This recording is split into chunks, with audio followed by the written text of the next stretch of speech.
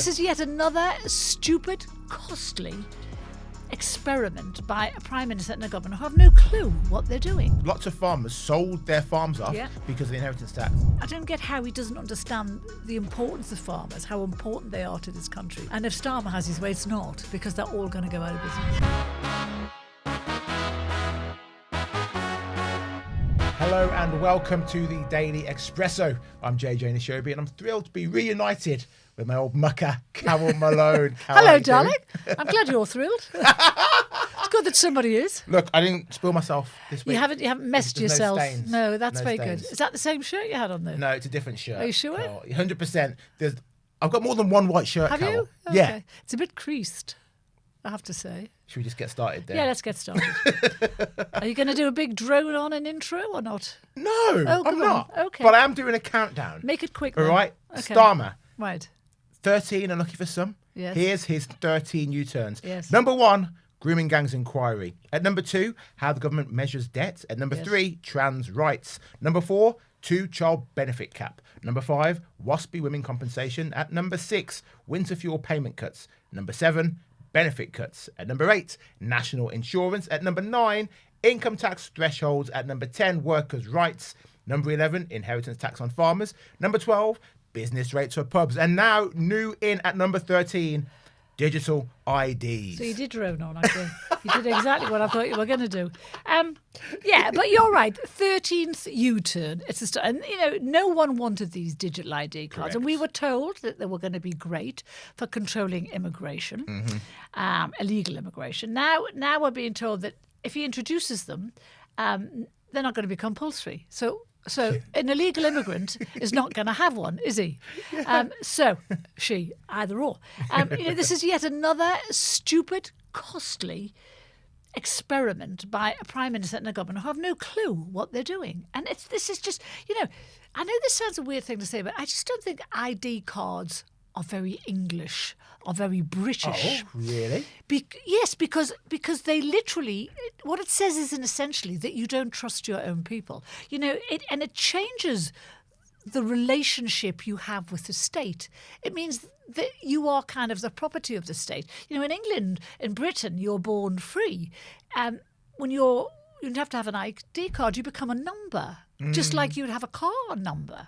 So I just don't think it's a very British thing to have. But more what bothers me every bit as much as that is the fact that this will cost a lot of money and it will serve absolutely no purpose. And this guy keeps on shoving through policies and laws and then when the public object, he then backtracks on them. Now, when you've made this many mistakes, it's not the fact you've backtracked on them is not going to gain you another single vote, not anywhere, because you've messed up people's lives, and they're not going to forgive you for that. Yeah, and people won't forgive him for this. I just think it's, I just think ID cards. I know people always say, well, if you've got nothing to hide, it shouldn't matter, but the bottom line is, with an ID card, everything about you is on that card.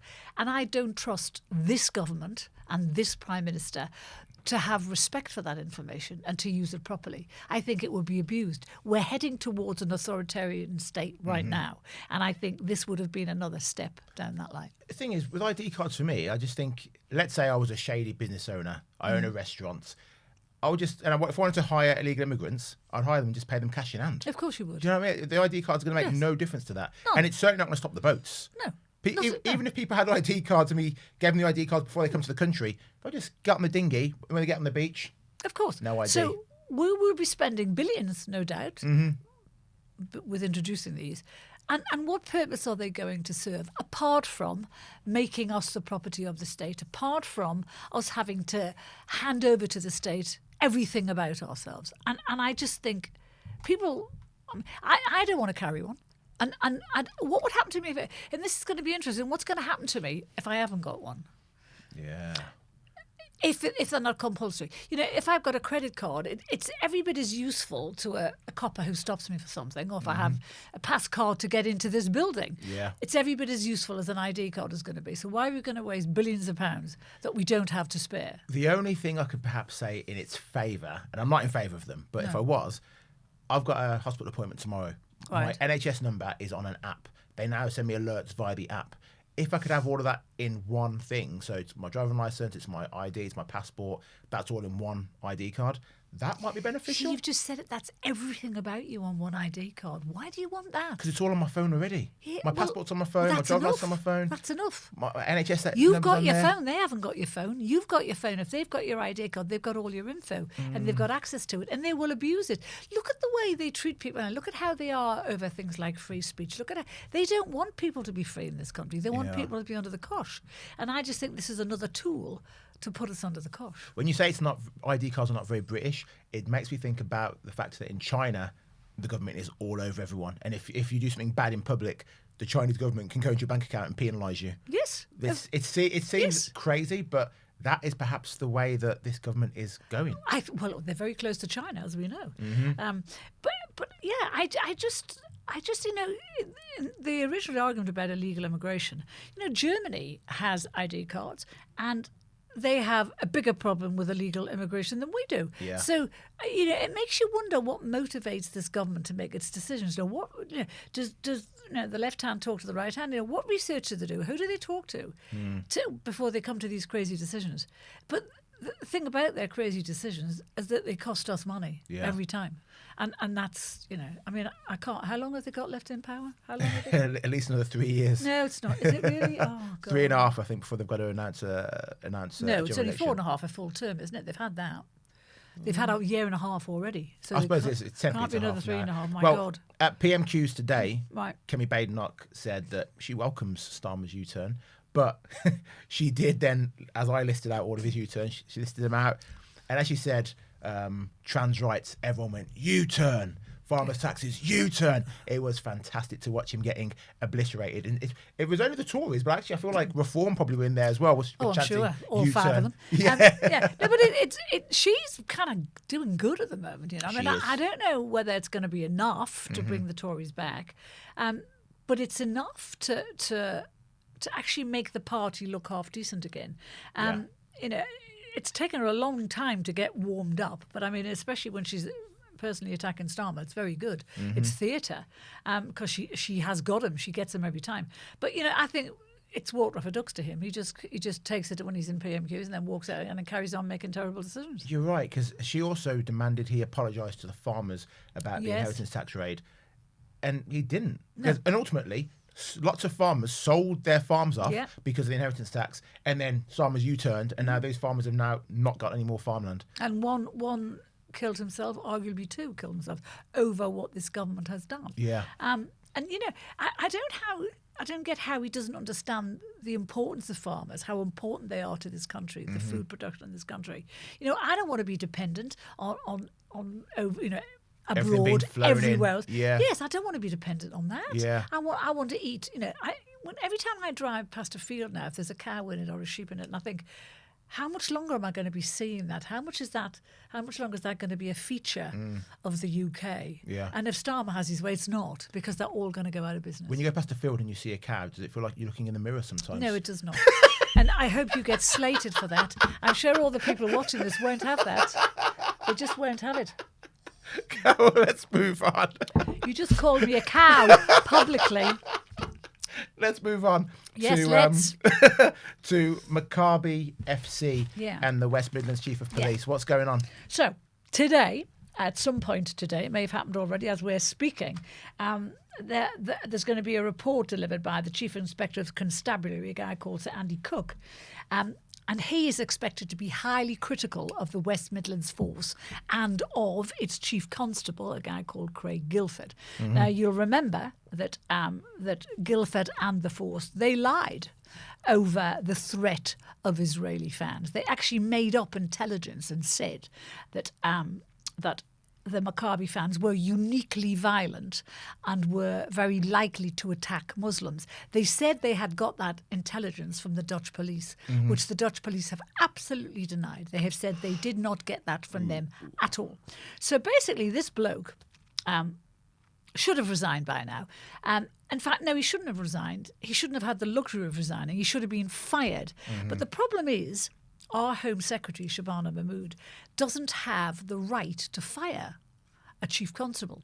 She can say publicly that that person does not have her confidence, but she can't literally kick him out, which means this guy could cling on. Now let's talk about what else this guy did. This is also the bloke who was appointed.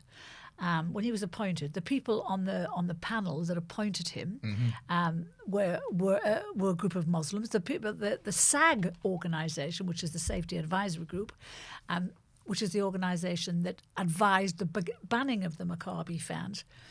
On that group, 2 Muslim councillors who had publicly said the fans should be banned. So who was running the streets of Birmingham? Is it this guy? Is it Craig Guilford? Or is it Islamists? And what he did was, the thing that he never made public, and especially when he was being questioned by people, he did not make public that Muslim football fans, had said they were arming themselves and would attack Israeli fans. He never made that public. Right. So this guy should not be doing the job. He's being controlled by Muslim elements in his borough. And you know, the West Midlands county itself, the composition of Muslims in that county, 17%. The composition of white Brits, nearly 65%. And yet he's taking his orders from a tiny faction in that community. And we're now at the stage where we see not just police chiefs, but also politicians making decisions to keep their jobs because they have a high percentage of Muslims in their, whether it's constituency or their areas. We can't have that. We can't have decisions being driven by one religion. You know, if on this panel that chose him there was a Christian and a Jewish person, maybe it's justifiable. But even then, I don't think it is, because what do religious leaders know about the needs of about what a police chief should do, would be able to do? Yeah. They know nothing about it. Yeah. But what these people here obviously thought is that they could control their police chief, and that's exactly what's been happening. Look, as a football fan, Maccabi FC fans, they aren't the nicest of football fans. Tell me the ones that are when they get violent. Well, no. Well, here's the thing: you've got some football fans. Like I would say, I don't particularly like Arsenal Football Club, but their fans are not known to be violent. There are British football clubs, like a Millwall, who are known to like a ruck. Maccabi FC fans have been banned from stadiums in Europe for games because of their behaviour previously. You get the same with some Turkish clubs. You get the same with some Italian clubs. Every football top league in the world has a couple of clubs where their supporters are bad. However, it seems in this case, it wasn't so much the behaviour of the Maccabi fans that was going to be the issue. It was the fact that the local football fans were going to attack. They were going to attack them. They had said on the basis of them being Israeli, arming themselves to attack them because for the simple reason they were Israeli. So why wouldn't the police chief just come out and say we're banning the Maccabi fans for their own safety because we've got intel saying that they're going to get beaten up? Because the people that appointed him were predominantly Muslim. So he doesn't want to lose his job. If he got his job, courtesy of those people and courtesy of mosque leaders and mosque bosses, well then, in his head, maybe his job could be taken away by those same people if he upsets them. And we saw this in Jess Phillips's Birmingham constituency that she voted against a grooming gang's investigation. And why did this is the woman who his job is safeguarding women. She voted against them. Why? Because she hung on to her seat in a predominantly Muslim area, and she didn't want to lose it. And that's outrageous. Do you think Shabana Mahmood should have the power to fire this guy? Well, yes, but I'm doubtful she would if she had, because I just read the other day that she knew about Craig Guilford's decision to ban the fans 8 days before he did it, and she's known about the fact he was feeding us false intelligence. She's known about that since November, and she's done absolutely nothing. So please, I don't have much confidence in her either. She could have dealt with this guy 2 months ago, but he should have been gone by now. And he really shouldn't be allowed the luxury of resigning. He should get fired. Well, that's it. I suppose if he resigns, I presume he'll be entitled to his police pensions and all that kind of stuff, which is pretty lucrative, as we know. Well, yes. They retire on huge amounts of money. Their pension pots are huge. Yeah. And that's why he doesn't want to resign, of course, because he's got years left. But, he shouldn't be given the choice. He should be got rid of. Right, let's go on to the Daily Express's front page today. Yeah. A page I'm very proud of. Yes. And Carole, you want to talk to us about this? Yes. No, let me just get the headline here. It's all about elderly living in it's poverty. saying elderly living in poverty could exceed 2 million. Now, isn't it odd and coincidental that that's just about the number of people who are living on the state pension and nothing else, and who don't get pension credits? I get really tired, and I don't know whether you hear it from people, but I hear it constantly. People saying, pensioners are all rich now. They all have great big pensions apart. No, they don't. A lot of pensioners do have very small pensions on top of their state pension, which let's face it is 12.5 grand, nothing. None of us could live on that. So they might have a small pension on top of that, a very small pension of a few grand a year, and that actually disallows them from getting pension credits. So really, they're not living on very much money at all. Yeah. And what this Age Concern report are saying, they're saying that pensioners are now turning off their heating. They're skipping meals. Nearly 700,000 pensioners are skipping a meal every single day. And this is supposed to be a civilised country. Something like 3 billion quid in benefits has gone unclaimed because a lot of pensioners assume that they're not entitled to them. Yeah. So, why isn't the government doing more to let pensioners know? This is what Reeves, in cutting that 300 quid fuel allowance, did. She pensioners don't know what they're entitled to. And she took that money away and reinstated some of it, saying to pensioners, OK, you can claim for other stuff if you need it. But, a lot of pensioners don't know how to do that. Course. When you try to wade through government forms, JJ, it's just impossible. And if you're a pensioner and you maybe have an illness, you've got dementia, you don't have computers, we assume everyone's got a computer or a laptop. They don't. No. And it's just impossible. Even my GP surgery now says you've got to fill in an online form to get. And lots of pensioners, they can't do it. Yeah. So they just won't go to an appointment. And this is the same. Yeah, people are missing out on money. But, we live in a civilised country, supposedly, and yet we have pensioners going hungry and going cold.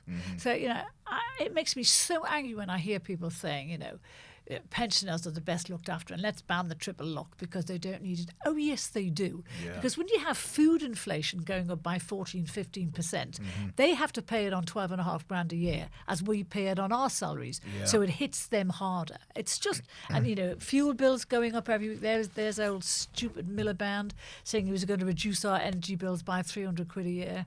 Now they've gone up by 150 quid a year. Yeah. So, pensioners have got to deal with all this on a very small amount of money. I'm not saying we should stop doing free school meals, but why can't the government do a similar thing then for pensioners? Yeah. Yes, exactly. Yeah. And help them. But, and don't assume that they're all tech savvy because they're not. And that's not because they're stupid. It's because, if you can't afford to eat, you can't afford a blooming computer, and you can't afford all the broadband bills. You just can't do it. Yeah. So I just think, and the thing about this paper, The Express, which I love, I'm very proud of, it is on the side of pensioners. But there's not that many newspapers are. Yeah. And so we have to keep banging the drum for them. One of the things I hear most when I talk to people about elderly people in poverty is them saying, similar thing I hear about vets as well. Why are we paying for migrants to stay in hotels? Why are we giving out free food when our own people are going to be going hungry? Completely that. Yeah. If you're a pensioner living on 12.5 grand and down your street there's someone who came here illegally who's got a family of 2 or 3 living there in a house that's free, getting free food, getting benefits for everything, you would be quite right. It's making me furious now just talking about it. Yeah. So, imagine how they feel having worked in this country all their lives, having paid their taxes, having done everything right, and people who come here illegally are getting things that they're not getting. It's just not fair. Yeah. It's really not fair. Well, let us know what you think about that in the comments below. And whilst I've got you, please like and subscribe. It helps us, but it also helps you see more of that face. Carole Malone. I don't want that. You can have too much of Malone. I was told that quite recently. Anyway. Right, Carole, this next story, I'll be honest. I know, yeah, I'm going to smack I think I'm quite the gent. I dress the part. Okay. I have chivalry. I open doors for women. Yeah. I often help you downstairs with your bags. Yeah, it's not part of my smack contract, but I do. I'm going to smack you with my bag in a minute, but anyway. However, if a woman gets on the tube Yes. or the bus, Yes. I'm not going to stand up and give her my seat just on the basis that she's a woman. If she's old, fair enough. If she's disabled or got a I'm walking old. stick, yeah, you're old and you've got a walking stick as well. I don't have a walking stick. I don't have a walking stick. But I'm not going to give her my seat just because this 25-year-old woman is female. You see, this is the thing. This country used to be defined Oh, here we go. by courtesy and good manners. Yeah. And let's face it, a man giving up a seat for a woman isn't just courteous, it's an act of kindness. And what is wrong with showing kindness How's that kind? to someone from it is an act of kindness. Show me kindness then. Stand up for me when I get on the bus. Sorry? They should stand up for me. Women should stand up for me. Why should they stand up for you? The same reason, kindness. No, you're a great big hulking bloke. You know, you don't need an act of kindness when you're on a busy tube. The thing is, you know, you're talking about 25-year-old. How do you know that 25-year-old woman isn't pregnant? How do you know she hasn't got a period?